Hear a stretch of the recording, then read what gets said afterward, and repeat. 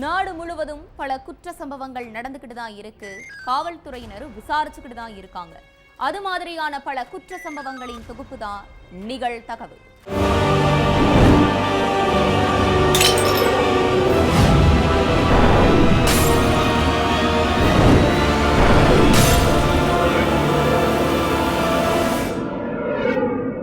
நிகழ்தகவு. வீட்டில் ஆழ்ந்து தூங்கிக் கொண்டிருந்த அண்ணன் தங்கை. நள்ளிரவில் திடீரென மாடியில் இருந்து கேட்ட கதறல் சத்தம்.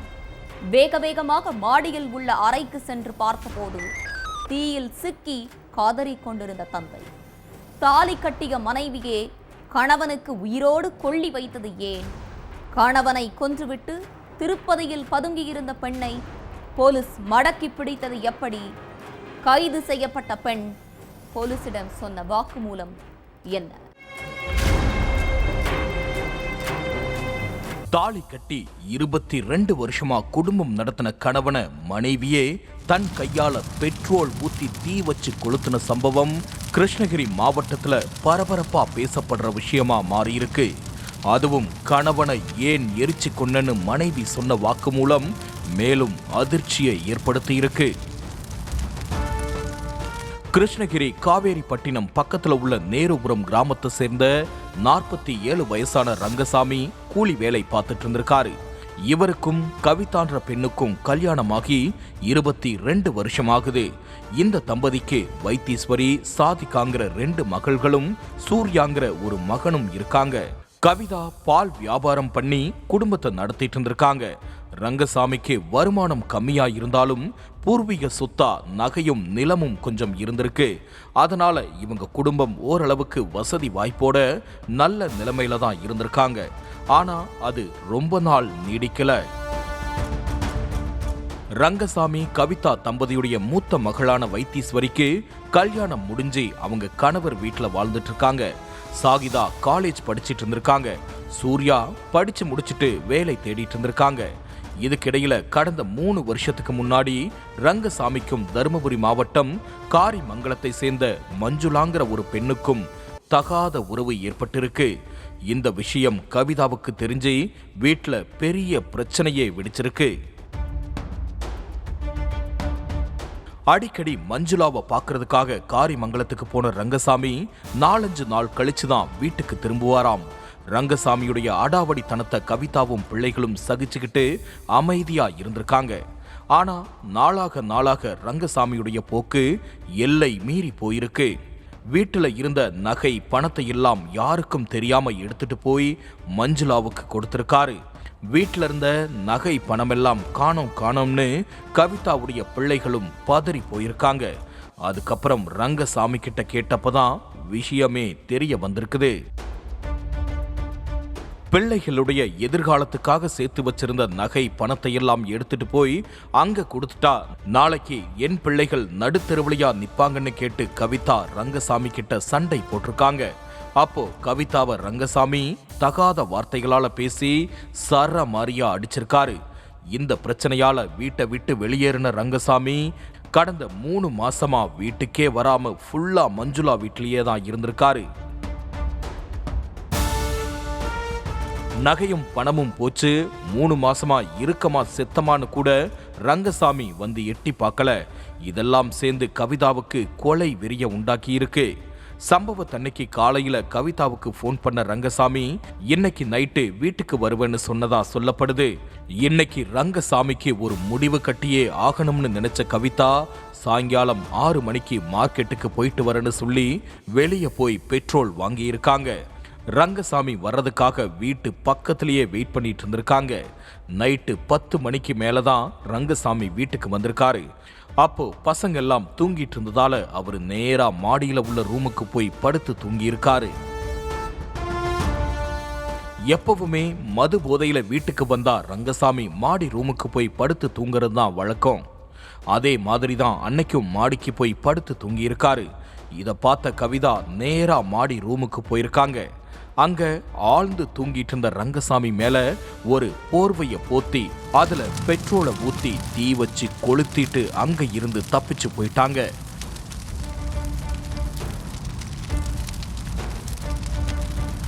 ரங்கசாமியுடைய கதறல் சத்தம் கேட்டு வீட்டுக்குள்ள தூங்கிட்டு இருந்த சூர்யாவும் சாகிதாவும் ஓடி வந்து பார்த்து பதறி போய் ரங்கசாமிய கிருஷ்ணகிரி அரசு மருத்துவக் கல்லூரி மருத்துவமனையில சேர்த்திருக்காங்க. ஆனா அங்க சிகிச்சை பலனின்றி ரங்கசாமி இறந்துட்டாரு. எங்க அம்மா தான் அப்பாவை தீ வச்சு கொளுத்திட்டாங்கன்னு மகன் சூர்யா போலீஸ்ல சொல்லியிருக்கான். அதன் அடிப்படையில போலீஸ் வழக்கு பதிவு செஞ்சு தலைமறைவாயிருந்த கவிதாவை தேடிட்டு இருந்திருக்காங்க. இந்த நிலையில கணவனை கொன்னுட்டு பஸ் ஏறி திருப்பதிக்கு போன கவிதா அங்க இருந்து உறவினர் ஒருவருக்கு போன் பண்ணி பேசியிருக்காங்க. இந்த விஷயம் போலீஸுக்கு தெரிஞ்சு கவிதா எந்த நம்பர்ல இருந்து கால் பண்ணாங்கன்னு ட்ரேஸ் பண்ணி அதுக்கப்புறம் அந்த லொகேஷனையும் ட்ரேஸ் பண்ணியிருக்காங்க. கடைசியில கவிதா திருப்பதியில பதுங்கி இருக்கிறது தெரிஞ்சு போலீஸ் திருப்பதிக்கு போய் அவங்கள அரெஸ்ட் பண்ணிட்டாங்க. செல்போன் யூஸ் பண்ணா போலீஸ் அதை வச்சு நம்மளை கண்டுபிடிச்சிருவாங்கன்னு நினைச்சு கவிதா செல்போனை கிருஷ்ணகிரியிலேயே போட்டுட்டு தான் திருப்பதிக்கு பஸ் ஏறி போயிருக்காங்க. அதுக்கப்புறம் திருப்பதியில ரோட்ல போயிட்டு இருந்த ஒருத்தர்கிட்ட செல்போனை வாங்கி தான் உறவினர்கிட்ட பேசியிருக்காங்க. அதுதான் போலீஸ் கிட்ட அவங்கள மாட்ட வச்சிருக்குது.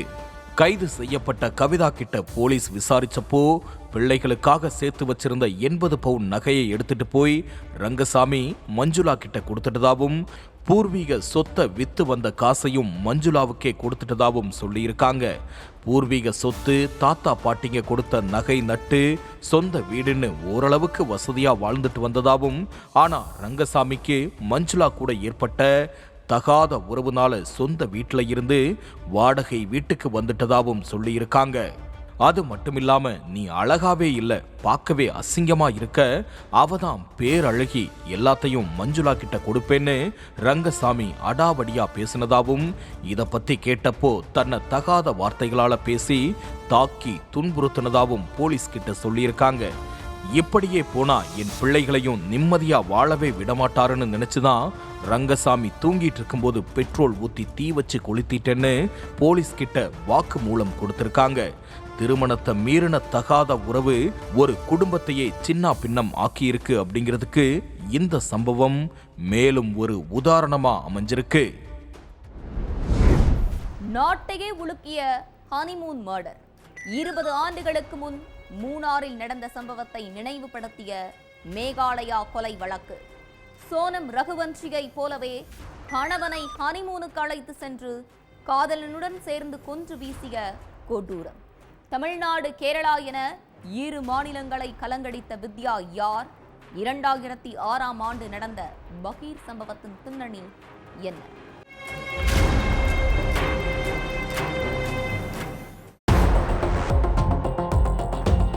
கல்யாணமான 10 நாள்ல சோனம்ங்கிற இளம்பெண் தன்னுடைய கணவர் ராஜா ரகுவன்ஷிய டார்ச்சர் பண்ணி மேகாலயாவுக்கு ஹனிமூனுக்கு கூப்பிட்டுட்டு போய் கூலிப்படைய ஏவி ஈவு இரக்கமே இல்லாம கொடூரமா கொலை செஞ்ச சம்பவம் நாடு முழுக்க அதிர்ச்சியை ஏற்படுத்துச்சு. மொத்த நாடுமே ஹனிமூன் மர்டரை பத்தி பரபரப்பா பேசிட்டு இருக்கிற சூழல்ல மேகாலயா சம்பவம் மாதிரியே கடந்த 20 வருஷத்துக்கு முன்னாடி மூணாறுல நடந்த ஒரு சம்பவம் மக்கள் மத்தியில பேசு பொருளா மாறியிருக்கு. அது 2006 ஜூன் மாதம் கேரளாவுல பருவமழை தொடங்கின காலம். அது மழை கொட்டி தீர்த்ததால மாநிலம் முழுவதுமே பசுமையா காட்சியளிச்சிருக்கு. எழில் கொஞ்சம் இயற்கை, நிரம்பி வழியும் நீர்வீழ்ச்சிகள், அமைதியான கடற்கரைகள், அதிலிருந்து வரும் அலைகள், ஈரமான மண் வாசனைன்னு இப்படி ஏகப்பட்டது சொல்லிக்கிட்டே போகலாம். இப்படி மன நிம்மதியையும் மன நிறைவையும் கொடுக்கிற இடத்துலதான் அந்த கொடூர கொலையே அரங்கேறியிருக்கு. சென்னை பல்லாவரத்துல உள்ள பம்மல் பகுதியை சேர்ந்தவங்க வித்யா லட்சுமி. இவங்களுடைய குடும்பம் எந்த வசதி வாய்ப்புக்கும் பஞ்சமில்லாத குடும்பம். வித்யா லட்சுமியுடைய அப்பா பிசினஸ் மேன், அம்மா ஹவுஸ் ஒய்ஃப். காலேஜ் முடிச்சுட்டு டைம் பாஸுக்காக வேலைக்கு போயிட்டு இருந்த வித்யாலட்சுமிக்கு வீட்டில் வரன் தேட ஆரம்பிச்சிருக்காங்க. அவங்களுடைய ஸ்டேட்டஸ்க்கு ஏத்த மாதிரியே மகளுக்கு வரன் தேடி இருக்காங்க. வித்யாவுடைய பெற்றோர் நினைச்ச மாதிரியே அவங்களுடைய அந்தஸ்துக்கு ஏத்த மாதிரி பம்மல் ஏரியாவை சேர்ந்த அனந்தராமனுங்கிற இளைஞருக்கு வித்யாவை பேசி முடிச்சிருக்காங்க. அதுக்கப்புறம் 2006 ஜூன் 7ஆம் தேதி சொந்த பந்தம் நண்பர்கள்னு இரு வீட்டார் முன்னிலையில வித்யாவுக்கும் அனந்தராமனுக்கும் ஜாம்னு கல்யாணம் நடந்துச்சு. கல்யாணம் முடிஞ்ச 10 நாளைக்கு அப்புறம், அதாவது ஜூன் 16ஆம் தேதி, புதுமண தம்பதி ஹனிமூனுக்காக மலை வாசஸ்தலமான மூணாருக்கு கிளம்பி இருக்காங்க. சென்னையில இருந்து ட்ரெயின் மூலமா குருவாயூர் கோவிலுக்கு போன வித்யா அனந்தராமன் ஜோடி அங்க சாமி தரிசனம் பண்ணியிருக்காங்க. அதுக்கப்புறம் அன்னைக்கு சாயங்காலம் பக்கத்துல பைக்கு கார்கள் வாடகைக்கு எடுக்கிற கடை ஒன்று இருந்திருக்கு. அந்த கடையில இருந்து கார் ஒன்ன வாடகைக்கு எடுத்துக்கிட்டு மூணாருக்கு வந்திருக்காங்க. வித்யாவும் அனந்தராமனும் மூணாருக்கு வர்றதுக்கே 6 மணி நேரம் ஆகிடுச்சு. பொழுது சாஞ்ச நேரம். அந்த பகுதி ஃபுல்லா கருகருன்னு இருட்டா இருந்திருக்கு. மூணாறு ரீச் ஆனதும் அங்க உள்ள காட்டேஜ்ல ரூம் எடுத்து தங்கி இருந்திருக்காங்க. அடுத்து மறுநாள் காலையில, அதாவது ஜூன் 18ஆம் தேதி, காட்டேஜ்ல பிரேக்ஃபாஸ்ட முடிச்சுட்டு வித்யா அனந்தராமன் தம்பதி மூணார்ல உள்ள குண்டலா அணைக்கு போக முடிவு பண்ணாங்க. அதனால வாடகை கார்ல குண்டலாவுக்கு போன வித்யாவும் அனந்தராமனும் ஜாலியா சுத்தி பார்த்துட்டு கொஞ்ச நேரம் ஆள் நடமாட்டம் இல்லாத இடத்துல உட்கார்ந்து பேசிட்டு இருந்திருக்காங்க. அப்போ திடீர்னு வித்யா அலறி அடிச்சுக்கிட்டே மக்கள் அதிகமா இருக்கிற இடத்தை நோக்கி ஓடி வந்திருக்காங்க. வித்யாவை பார்த்து அங்க இருந்த டாக்ஸி டிரைவர் ஒருத்தர், என்னாச்சு மேடம், எதுக்காக இப்படி ஓடி வரீங்கன்னு கேட்க, என்னுடைய கணவரை கேரளா இளைஞர்கள் 2 பேர் சேர்ந்து கொலை பண்ணிட்டு நகை பணத்தை கொள்ளையடிச்சுக்கிட்டு போயிட்டாங்கன்னு சொல்லி கதறி அழுதுருக்காங்க. அதை கேட்டதும் பதற்றமான டாக்ஸி டிரைவர் உடனே போலீஸுக்கு இன்ஃபார்ம் பண்ணியிருக்காரு. அடுத்து ஸ்பாட்டுக்கு வந்த கேரளா போலீஸ் வித்யாவை அழைச்சுக்கிட்டு அனந்தராமனை கொலை செஞ்ச இடத்துக்கு போயிருக்காங்க. இந்த சம்பவம் நடந்தது மதியம் 1 மணிக்கு. அணைக்கு கீழே முகம், மார்பு பகுதியெல்லாம் வெட்டு காயங்களோட கொடூரமான முறையில இருந்த சடலத்தை மீட்ட கேரளா போலீஸ் சடலத்தை தமிழ்நாட்டுக்கு அனுப்பி வச்சிருக்காங்க. தினமும் நிறைய சுற்றுலா பயணிகள் வந்து போகிற மூணாறுல இப்படி ஒரு கொடூர சம்பவம் நடந்தது அந்த காலகட்டத்தில் ஒட்டுமொத்த நாட்டையுமே அதிர்ச்சியில ஆழ்த்தி இருந்துச்சு. அனந்தராமனை கொலை பண்ணது யாருன்னு கண்டுபிடிக்க போலீஸ் தீவிர தேடுதல் வேட்டையில இறங்கினாங்க. அனந்தராமன் கொலை செய்யப்பட்ட அன்னைக்கு குண்டலா அணைக்கு வந்த சுற்றுலா பயணிகளுடைய லிஸ்டை எடுத்து சோதனை செஞ்சாங்க. அதோட சுற்றுலா பயணிகளை அழைச்சிட்டு வந்த ஆட்டோ மற்றும் டாக்ஸி டிரைவர்கள் கிட்டையும் விசாரணை நடத்தினாங்க. அதுலயும் எந்த துப்பும் கிடைக்காததால தமிழ்நாடு, கேரளான்னு 2 மாநிலங்கள்ல உள்ள சரித்திர பதிவேடு குற்றவாளிகள் லிஸ்ட அலசி ஆராய்ஞ்சாங்க. எப்படிப்பட்ட பரபரப்பான சூழல்ல தான் அந்த ஏரியாவை சேர்ந்த ஆட்டோ டிரைவர் ஒரு அதிர்ச்சி தகவலை சொன்னாரு. அனந்தராமன் கொலை செய்யப்பட்ட அன்னைக்கு தன்னுடைய ஆட்டோவில் ஏறின 2 இளைஞர்களை குண்டலா அணையில இறக்கி விட்டதா சொல்லியிருக்காரு. 2 பேரும் ஆட்டோவில் ஏறினதுல இருந்தே எதையோ பத்தி குசு குசுன்னு பேசிக்கிட்டே வந்தாங்க. அதுக்கப்புறம் அவங்க செல்போன்ல டவர் கிடைக்கலன்னு என்னுடைய மொபைலை வாங்கி வேற ஒரு நம்பருக்கு SMS அனுப்புனாங்க. அப்போ ஒரு மாதிரி பதற்றமாவே இருந்தாங்க சார். அந்த பசங்க பார்க்கறதுக்கு உள்ளூர் பசங்க மாதிரி இல்ல, தமிழ்நாட்டு பசங்க மாதிரி இருந்தாங்கன்னு சொல்லியிருக்காரு அந்த ஆட்டோ டிரைவர். அதுக்கப்புறம் அவர் சொன்னதை வச்சு அந்த 2 இளைஞர்கள் யாரு, எந்த ஊரை சேர்ந்தவங்கன்னு போலீஸ் தேட ஆரம்பிச்சாங்க. குண்டலா அணைக்கு போகிற ரூட்ல இருக்கிற CCTV கேமராக்களை அலசின போலீஸ் அதை வச்சு அந்த 2 இளைஞர்களுடைய அடையாளத்தை கண்டுபிடிச்சிருக்காங்க. அடுத்து இளைஞர்கள் தங்கி இருந்த லாட்ஜை கண்டுபிடிச்ச உடனே ஸ்பாட்டுக்கு போனாங்க. போலீஸ்காரங்களை பார்த்ததும் அவங்க பதற்றமாகி இருக்காங்க. உங்ககிட்ட விசாரிக்கணும்னு சொல்லி அவங்க 2 பேரையும் போலீஸ்காரங்க ஸ்டேஷனுக்கு கூப்பிட்டுட்டு போய் விசாரிச்சிருக்காங்க. அதுல ஒருத்தருடைய பேரு ஆனந்த் அப்படிங்கிறதும் இன்னொரு இளைஞருடைய பேரு அன்புராஜுங்கிறதும் தெரிய வந்திருக்குது. போலீஸுடைய கெடுக்கப்படி விசாரணையில அவங்க சொன்ன விஷயம் கேஸ தலைகீழா புரட்டி போட்டுருச்சு. அனந்தராமனை கல்யாணம் பண்ணிக்கிறதுக்கு முன்னாடியே வித்யா ஆட்டோ டிரைவரான ஆனந்த லவ் பண்ணிட்டு இருந்திருக்காங்க. இந்த விஷயம் வித்யா வீட்டுக்கு தெரிய வந்து பெரிய பிரளயமே வெடிச்சிருக்கு. அதுக்கப்புறம் தான் மகளுக்கு வேகமா வேறொரு வசதியான மாப்பிள்ளையா பார்த்து அவங்களுடைய விருப்பத்துக்கு மாறா அனந்தராமனுக்கு கல்யாணம் பண்ணி வச்சிருந்திருக்காங்க. ஒரு துளி கூட விருப்பமே இல்லாம அனந்தராமனை கல்யாணம் பண்ணிக்கிட்ட வித்யா அனந்தராமன் கூட வாழ பிடிக்காம தன்னுடைய காதலன் கூட சேர்ந்து அனந்தராமனை கொலை பண்ண திட்டம் போட்டிருக்காங்க. ஹனிமூனுக்கு எந்தெந்த இடத்துக்கு போறோம் அப்படிங்கறத முன்னாடியே ஆனந்த் கிட்ட சொல்லி அவனையும் கேரளாவுக்கு வர வச்சிருக்காங்க வித்யா. அனந்தராமனை கொலை பண்ற ஆபரேஷன்ல வித்யாவுடைய காதலன் ஆனந்த் தன்னுடைய ஃப்ரெண்டு அன்புராஜையும் கூட்டு சேர்த்துக்கிட்டான். அனந்தராமனை கொலை பண்றதுக்கு சரியான இடம் குண்டலா அணைதான்னு முடிவு பண்ணி அந்த இடத்துக்கு காதலன் ஆனந்த வர சொல்லியிருக்காங்க வித்யா. ஆள் நடமாட்டம் இல்லாத இடத்துக்கு அனந்தராமனை நைஸா கூப்பிட்டுட்டு போய் அங்க வச்சு ஆனந்த், அன்புராஜ், வித்யா 3 பேரும் சேர்ந்து அனந்தராமனை கத்தியால கொத்தி கொன்னிருக்காங்க. அதுக்கப்புறம் யாருக்கும் சந்தேகம் வரக்கூடாதுங்கிறதுக்காக வித்யா தன்னுடைய நகையை கழட்டி ஆனந்த் கிட்ட கொடுத்துட்டு நகைக்காக நடந்த கொலை மாதிரி செட்டப் பண்ணியிருக்காங்க. போலீஸும் நகை பணத்துக்காக நடந்த கொலைதான்னு நினைச்சு விசாரணை நடத்திட்டு இருந்த நேரத்துல தான் ஒரு ஆட்டோ டிரைவர் கொடுத்த தகவலால மொத்த உண்மையும் வெளிச்சத்துக்கு வந்திருக்கு. அதுக்கு பிறகு வித்யாலட்சுமி, ஆனந்த், அன்புராஜ் 3 பேரையும் அரெஸ்ட் பண்ணி சிறையில அடைச்சிட்டாங்க. மேகாலயாவில் நடந்த மாதிரியே இந்த சம்பவமும் நடந்திருக்கிறதால 20 வருஷத்துக்கு அப்புறம் வித்யாவுடைய வில்லத்தனம் திரும்பவும் பேசு பொருளாகி இருக்கு. மருத்துவ பல்கலைக்கழகம் அருகே கேட்பாரற்று நின்று கொண்டிருந்த காரில் இருந்து வீசிய துர்நாற்றம். கார் கண்ணாடியை உடைத்து உள்ளே பார்த்தபோது அதிர்ச்சி. அழுகிய நிலையில் சடலமாக கிடந்த இன்ஸ்டா பிரபலம். சர்ச்சைகளுக்கு பெயர் போன இன்ஸ்டா மாடலை கொன்றது யார்? கொலையாளிகள் சிக்கியது எப்படி? நடந்தது என்ன?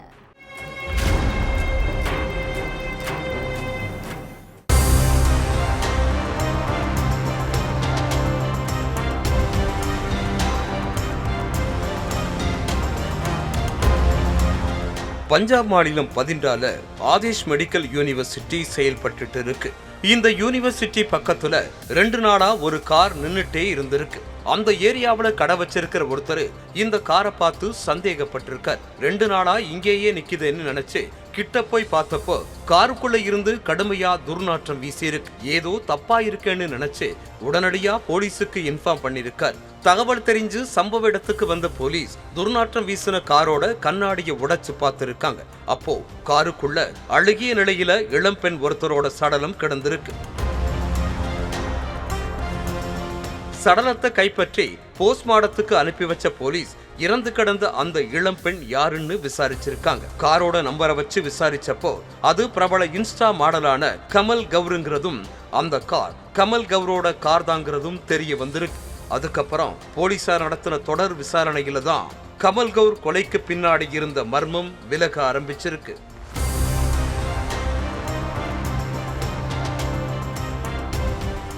பஞ்சாப் மாநிலம் லுதியானா பகுதியைச் சேர்ந்த 25 வயது இளம்பெண் கமல் கவுர். இவரோட இயற்பெயர் காஞ்சன் குமாரி. ஆனா கமல் கவுர் பாபிங்கிற பேர்ல யூடியூப் சேனலும் இன்ஸ்டாகிராம் தனி பேஜும் வச்சிருக்காங்க. தினமும் சோசியல் மீடியாக்கள்ல விதவிதமான போட்டோக்களையும் வீடியோக்களையும் அப்லோட் பண்றதுதான் இவங்களோட பிரதான வேலையே. இன்ஸ்டா இன்ஃப்ளூயன்சரான கமல் கவுரை ஃபேஸ்புக், இன்ஸ்டாகிராம் போன்ற சமூக வலைதளங்கள்ல லட்சக்கணக்கான பேரு ஃபாலோ பண்றாங்க. ஒரு போட்டோ போஸ்ட் போட்டா அடுத்த சில நிமிடங்களிலேயே லைக்ஸ்கள் குவியும்.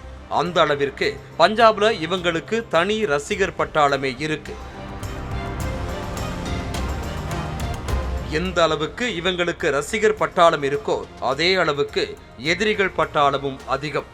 ஏன்னா இவங்க சமூக வலைதளங்கள்ல பேசுற கண்டென்ட் அப்படிப்பட்டது. சமூகத்துல நடக்கிற விஷயங்களை பத்தி சமூக வலைதளங்களை பேசுறோங்கிற பேர்ல ஏகப்பட்ட எதிரிகளையும் சம்பாதிச்சு வச்சிருக்காங்க. சோசியல் மீடியாவில் அப்லோட் பண்ற வீடியோக்கள் அவதூறான வார்த்தைகளை பயன்படுத்தி பேசினதால பலமுறை சர்ச்சையிலையும் சிக்கியிருக்காங்க இந்த கமல் கவுர். சமீபத்துல கூட ஒரு ரவுடியை பத்தி பேசி வீடியோ வெளியிட்டதாகவும் அதனால அந்த ரவுடி தரப்புல இருந்து கமல் கவுருக்கு கொலை மிரட்டல் வந்ததாகவும் சொல்லப்படுது. அது மட்டும் இல்லாம காலிஸ்தான் அமைப்பினரை பத்தி கமல் கவுர் தவறா பேசி வீடியோ வெளியிட்டதாகவும் அந்த வீடியோவை டெலீட் பண்ணலன்னா பெரும் ஆபத்தை சந்திக்க நேரிடும்னு காலிஸ்தான் தீவிரவாத இயக்கத்தை சேர்ந்த அர்ஸ்தல்லா கொலை மிரட்டல் விடுத்ததாகவும் சொல்லப்படுது. இப்படி சர்ச்சைகளுக்கு பெயர் போன கமல் கவுர் எப்படி இருந்தாங்க, கொலையா தற்கொலையான்னு தெரியாம போலீஸ் குழம்பி போய் இருந்தாங்க. அந்த நேரத்துல தான் போலீஸுக்கு ஒரு சிசிடிவி காட்சி சிக்கி இருக்கு. அதுல டர்பன் அணிஞ்சிருந்த ஒருத்தர் கமல் கவுரோட காருக்குள்ள ஏறி காரை ஓட்டிட்டு போற காட்சிகள் பதிவாகி இருந்தது. அந்த இடம் கார் நின்னுட்டு இருந்த ஆதேஷ் மெடிக்கல் யூனிவர்சிட்டி பக்கத்துல உள்ள ரோடுங்கிறதையும் போலீஸ் கண்டுபிடிச்சாங்க. அதுக்கப்புறம் ஆதேஷ் யூனிவர்சிட்டியை சுத்தி முத்தி உள்ள எல்லா சிசிடிவி கேமராக்களையும் அலசி ஆராய்ஞ்சு ஜஸ்பிரீத் சிங், நிம்ரஜித் சிங்னு 2 பேரை பிடிச்சு விசாரிச்சாங்க. விசாரணையில நாங்க தான் கமல் கௌரை கொன்னோங்கிறத அவங்க ஒத்துக்கிட்டாங்க.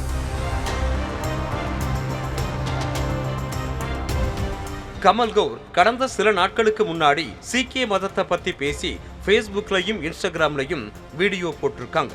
அந்த வீடியோ எங்களையும் சீக்கிய மதத்தை சேர்ந்தவங்களையும் காயப்படுத்தினதா போலீஸ் கிட்ட பிடிபட்ட 2 பேருமே சொல்லியிருக்காங்க. அது மட்டும் இல்லாம அந்த வீடியோவை டெலீட் பண்ணிடுங்கன்னு கமல் கௌர் கிட்ட சொன்னதாகவும், ஆனா அவங்க வீடியோவை டெலீட் பண்ணாததால தான் அவங்கள கொலை பண்ணணும்னு முடிவு பண்ணதாகவும் போலீஸ் கிட்ட வாக்குமூலமா சொல்லியிருக்காங்க. அம்ரித்பால் சிங் மெஹ்ராங்கிறவர் தான் கமல் கௌரை கொலை பண்றதுக்கு மாஸ்டர் மைண்டா செயல்பட்டதா சொல்லப்படுது.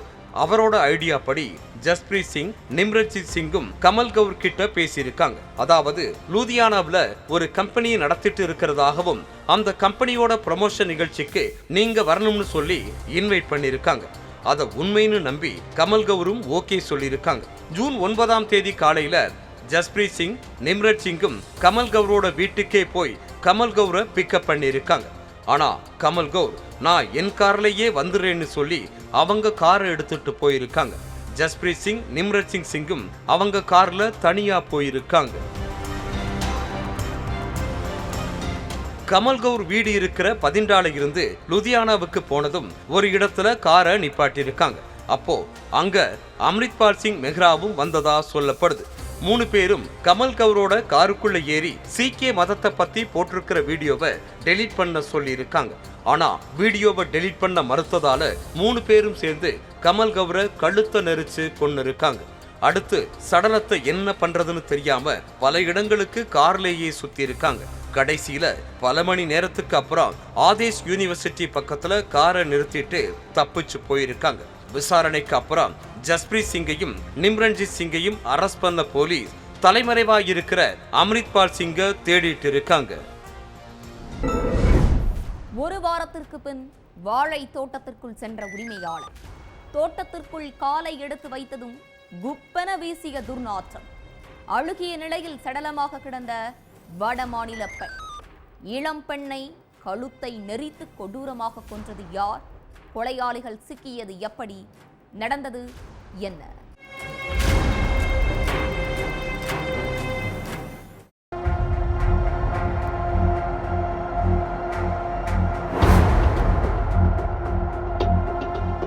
எங்க திரும்பினாலும் விவசாய நிலம், பச்சை பசேல்னு இருக்கிற வாழைத்தோப்புக்குள்ள இருந்து கடுமையான துர்நாற்றம் வீசி இருக்கு. வாழைத்தோப்பை சுத்தி இருக்கிறவங்க அந்த துர்நாற்றத்தை தாங்க முடியாம தோட்ட உரிமையாளர் கோபாலகிருஷ்ணனுக்கு போன் பண்ணி சொல்லி இருக்கிறாங்க, உங்க தோட்டத்திலிருந்து பயங்கர துர்நாற்றம் வீசுது, என்னன்னு வந்து பாருங்கன்னு சொல்லியிருக்காங்க. விஷயத்தை கேள்விப்பட்டதும் பாலகிருஷ்ணன் உடனே தோட்டத்துக்கு கிளம்பி போயிருக்காரு.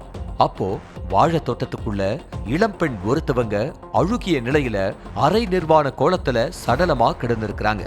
அதுலயும் குறிப்பா சடலத்தோட தலைப்பகுதி அழுகி போய் புழுக்கள் வெளிவந்து பார்க்கவே ரண கொடூரமா இருந்திருக்கு. சடலத்தை பார்த்து அதிர்ச்சியடைந்த கோபாலகிருஷ்ணன் வாழை தோட்டத்துக்குள்ள சடலம் கிடக்கிறத பத்தி ஊர் மக்கள் கிட்ட சொல்லியிருக்காங்க. அடுத்து ஊருக்குள்ள இருந்த மக்களும் ஓடி வந்து அந்த சடலத்தை பார்த்ததோட அழுகி கிடக்கிறது அந்த தனியார் கம்பெனியில வேலை செய்யற அந்த வடமாநில பொண்ணு மாதிரி தெரியுதுன்னு அவங்களுக்குள்ளேயே பேசியிருக்காங்க. இதுக்கு இடையில தகவல் தெரிஞ்சு அங்க வந்த போலீஸ் சடலத்தை மீட்டு போஸ்ட்மார்ட்டத்துக்கு அனுப்பி வச்சுட்டு ஊர் மக்கள் கிட்ட விசாரிச்சிருக்காங்க. அதுக்கப்புறம் அந்த வடமாநில பொண்ணு எப்படி வாழை தோட்டத்துக்கு வந்தாங்கன்னு கண்டுபிடிக்க விசாரணையில இறங்கினாங்க. அதுக்கு நடுவுல பிரேத பரிசோதனை அறிக்கையும் வந்திருக்கு. அதுல அந்த பொண்ணை யாரோ கழுத்தை நெரிச்சு கொண்டதா குறிப்பிடப்பட்டிருந்துச்சு. அதுக்கப்புறம் கொலைகேஸா ஃபைல் பண்ண போலீஸ் இளம் பெண்ணை யாரு இப்படி பண்ணதுன்னு கண்டுபிடிக்க அந்த ஏரியாவில் இருக்கிற மொத்த சிசிடிவி கேமராக்களையும் ஆய்வு பண்ணாங்க. அதுல 10ஆம் தேதி நைட்டு இளம் பெண்ணு 2 இளைஞர்களோட பைக்கில் வாழைத்தோட்டத்துக்கு வந்ததும் கொஞ்ச நேரத்துக்கு அப்புறம் இளைஞர்கள் மட்டும் பைக்கை எடுத்துக்கிட்டு மின்னல் வேகத்துல பறந்து போனதும் பதிவாகி இருந்துச்சு. அந்த சிசிடிவி காட்சியை கைப்பற்றின காவலர்கள் அந்த இளைஞர்களை பிடிக்கிற வேலையில இறங்கினாங்க. அப்போ பெருந்துறை பக்கமா அவங்க பதுங்கி இருந்ததை கண்டுபிடிச்ச போலீஸ் அவங்க 2 பேரையும் கொத்தா அள்ளிக்கிட்டு வந்து விசாரணை நடத்தி இருக்காங்க. அதுலதான் பல உண்மைகள் தெரிய வந்திருக்கு. மேற்கு வங்கத்தைச் சேர்ந்த இளம்பெண் தாஸ் மெண்டல் பிழைப்ப தேடி குடும்பத்தோட ஈரோடுக்கு வந்திருக்காங்க. இவங்களுக்கு கல்யாணமாகி 19 வயசுல ஒரு மகன் இருக்கான். பெருந்துறையில இருக்கிற தனியார் கார்மெண்ட்ஸ்ல ஹெல்பர் வேலை பார்த்துட்டு வந்த தாஸ் மெண்டலுக்கு பல ஆண்களோட பழக்கம் இருந்ததா சொல்லப்படுது. தாஸோட கணவன் மகன் 2 பேருமே கட்டட வேலை பார்த்துட்டு வர்றாங்க. அதனால அங்கேயே தங்கி இருந்து வேலை பார்த்துட்டு இருந்திருக்காங்க. தாஸ் மெண்டல் வேலை முடிச்சிட்டு தன்னோட 2 ஆண் நண்பர்களான ஜட்டை மெண்டல் மற்றும் ஜான்செட் கேகியோட தனிமையில இருக்கிறத வழக்கமா வச்சிருந்ததா சொல்லப்படுது. அதுக்கான பணத்தையும் தாஸ் மெண்டல் $1 விடாம வாங்கிடுவாங்களாம். அதே மாதிரி 10ஆம் தேதி நைட்டு அந்த 2 பேருக்கு தாஸ் மெண்டல் போன் பண்ணி தனிமையில இருக்கிறதுக்கான ஆசை வார்த்தைகளை அள்ளி வீசியிருக்காங்க. அதோட அதுக்கான ஒரு அமௌண்ட்டையும் கேட்டிருக்காங்க. அதுக்கப்புறம் 3 பேரும் எப்பவும் சந்திக்கிற இடமான சென்னிமலை முத்தான் பாளையத்தில் உள்ள வாழைத்தோட்டத்துக்கு பைக்கில் போயிருக்காங்க. அங்க ஜட்டை மண்டல் ஜான்செட் கேகி 2 பேரும் தாஸ் மேண்டல் கூட மாறி மாறி தனிமையில இருந்ததா சொல்லப்படுது. அதுக்கப்புறம் தங்களோட இச்சை தீர்ந்ததுக்கு அப்புறம் முன்னாடி பேசின பணத்தை தாஸ் மேண்டலுக்கு கொடுக்காமலேயே அங்கிருந்து கிளம்பி இருக்காங்க அந்த இளைஞர்கள். அதனால டென்ஷனான தாஸ் இளைஞர்கள் கிட்ட கடுமையான வாக்குவாதத்துல ஈடுபட்டிருக்காங்க. பேசின பணத்தை கொடுத்துட்டு தான் இங்கிருந்து கிளம்பணும்னு சட்டையை பிடிச்சு வச்சு மல்லு கட்டி இருக்காங்க. அந்த நேரத்துல போதையில இருந்த ஜாட்டை மண்டல் ஜான்செட் கேகி ஒன்னா சேர்ந்து தாஸ் மேண்டலை கீழே தள்ளிட்டு கழுத்தை நெரிச்சிருக்காங்க. அதுல தாஸ் மேண்டல் அந்த இடத்திலேயே துடிச்சு உயிரிழந்துட்டாங்க. அதுக்கப்புறம் தாஸ் மேண்டல் போட்டிருந்த நகைகளை திருடிக்கிட்டு ஜட்டை மண்டல் ஜான்செட் கேகி 2 பேரும் அங்கிருந்து எஸ்கேப் ஆகியிருக்காங்க. மொத்த உண்மையும் விசாரணையில தெரிய வந்ததும் ஜட்டி மேண்டல் ஜான்செட் கேகி 2 பேரையும் அரெஸ்ட் பண்ணி சிறையில தள்ளியிருக்காங்க போலீஸ். தாஸ் மேண்டல் அடிக்கடி கம்பெனி வேலைன்னு சொல்லிட்டு 2-3 நாளா வீட்டுக்கே வரமாட்டாங்களாம். அதனால அவங்களோட கணவரும் தாஸை கண்டுக்கிறது இல்ல. அப்படித்தான் 3 நாளா தாஸ் வீட்டுக்கே வரல. அதனால வேலை அதிகமா இருந்ததுனால கம்பெனியிலேயே இருந்திருப்பாங்கன்னு நினைச்சுக்கிட்டு கணவனும் வழக்கம் போல அவங்கள தேடவே இல்லை. இதுக்கிடையில தான் வாழைத்தோட்டத்துக்குள்ள கொலை செய்யப்பட்டு அழுகிய நிலையில உயிரிழந்து கிடந்திருக்காங்க தாஸ் மேண்டல்.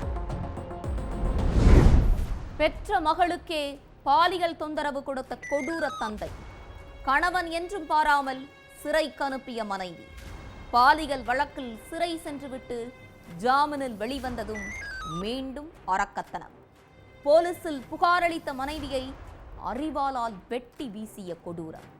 குற்றவாளி சிக்கினானா? நடந்தது என்ன?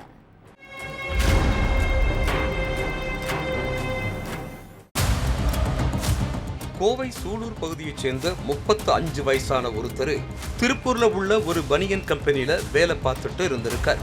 இவருக்கும் திருப்பூர் முதலைப்பாளையத்தைச் சேர்ந்த பெண்ணுக்கும் சுமார் 12 ஆண்டுகளுக்கு முன்னாடி கல்யாணம் நடந்திருக்கு. இந்த தம்பதிக்கு 2 மகன்கள் 2 மகள்கள்னு மொத்தம் 4 பிள்ளைங்க இருக்காங்க. 4 பேருமே ஸ்கூல் போயிட்டு இருக்காங்க. சந்தோஷமாகவும் நிம்மதியாகவும் போயிட்டு இருந்த இவங்க வாழ்க்கை ஒரே நாள்ல தலைகீழா மாறிடுச்சு. வேலைக்கு போய் குடும்பத்தை நல்லபடியா கவனிச்சிட்டு இருந்த 4 குழந்தைகளோட தந்தைக்கு திடீர்னு என்னாச்சுன்னு தெரியல. தான் பெத்த மகளுக்கே பாலியல் தொந்தரவு கொடுத்திருக்கான். அந்த சிறுமிக்கு 7 வயசுதான் இருக்கும். அப்பா தப்பான நோக்கத்துல தான் தொட்டாருன்னு கூட தெரியாம இருந்திருக்காங்க. கொஞ்ச நேரத்துக்கு அப்புறம் அம்மா கிட்ட போய் அப்பா என்ன தொட்டு ஏதோ பண்றாரு, எனக்கு ரொம்ப வலிக்குதுன்னு அழுதுகிட்டே சொல்லியிருக்காங்க அந்த அப்பாவி சிறுமி. பெத்த மகள் சொன்ன விஷயத்தை கேட்டு ஆடிப்போன தாய் இது பத்தி கணவன் கிட்ட கேட்டு இருக்காங்க. மனைவி கேட்டதுக்கு ஒழுங்கா பதில் சொல்லாம அது இதுன்னு சொல்லி மழுப்பியிருக்கான். அதுக்கப்புறம் நல்லூர் போலீஸ் ஸ்டேஷனுக்கு போய் பெத்த மகளுக்கே பாலியல் தொந்தரவு கொடுத்ததா கணவன் மேல மனைவி கம்ப்ளைண்ட் கொடுத்திருக்காங்க. அதன் அடிப்படையில போலீஸ் வழக்கு பதிவு பண்ணி அவனை அரெஸ்ட் பண்ணிட்டாங்க. இது நடந்து 3 மாசம் இருக்கும். இந்த பிரச்சனைக்கு அப்புறம் 4 பிள்ளைங்களையும் கூப்பிட்டுட்டு அந்த தாய் திருப்பூர் முதலைப்பாளையத்துல உள்ள பெற்றோர் வீட்டுக்கு போயிட்டாங்க. அங்க கூலி வேலை பார்த்துட்டு பிள்ளைகளை கவனிச்சுட்டு இருந்தாங்க. இதுக்கிடையில ஜெயில இருந்து ஜாமீன்ல வெளியில வந்த அவன் நேரா மனைவியை தேடி முதலிப்பாளையத்துக்கு போயிருக்கான்.